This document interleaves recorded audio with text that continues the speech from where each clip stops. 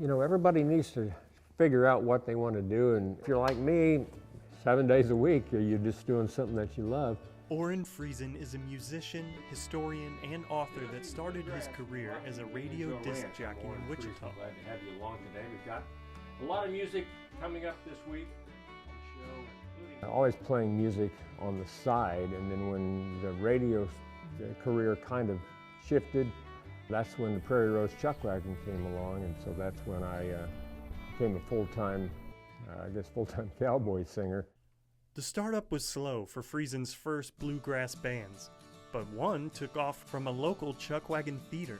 Around 1999, the Prairie Rose started, became one of the original members of the Prairie Rose Wranglers, and it was really a success for us. I had no idea that we would take off and be playing so many shows, hundreds of shows a year at the Prairie Rose, as well as, you know, getting to play Carnegie Hall for 2 sold-out shows, 2 separate years, and got to play in Nashville and tour China and play on the Great Wall of China. Though Orin himself describes his life as easy, it was not without extreme hardship. The toughest thing in my life was when our son passed away. We had a 7-year-old son, Brian, who passed away from a brain aneurysm. That was the toughest thing, but we were able to do some things because of that wouldn't have happened otherwise. Brian loved the sound of the banjo, and so we set up a foundation with the biggest banjo company in America, Deering Banjos. We had the Brian Friesen Banjo Award, so we would give away a top quality banjo to a child that showed promise in playing that instrument but couldn't afford a nice instrument. During that period of time, we gave away 10 banjos, and all the kids that got them went on to play professionally, playing bluegrass music.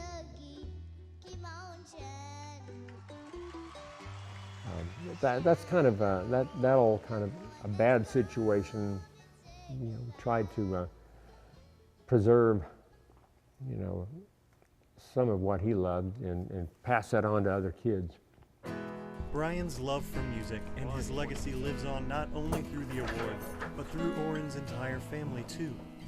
We might not have had another child after that, but then we ended up having a daughter.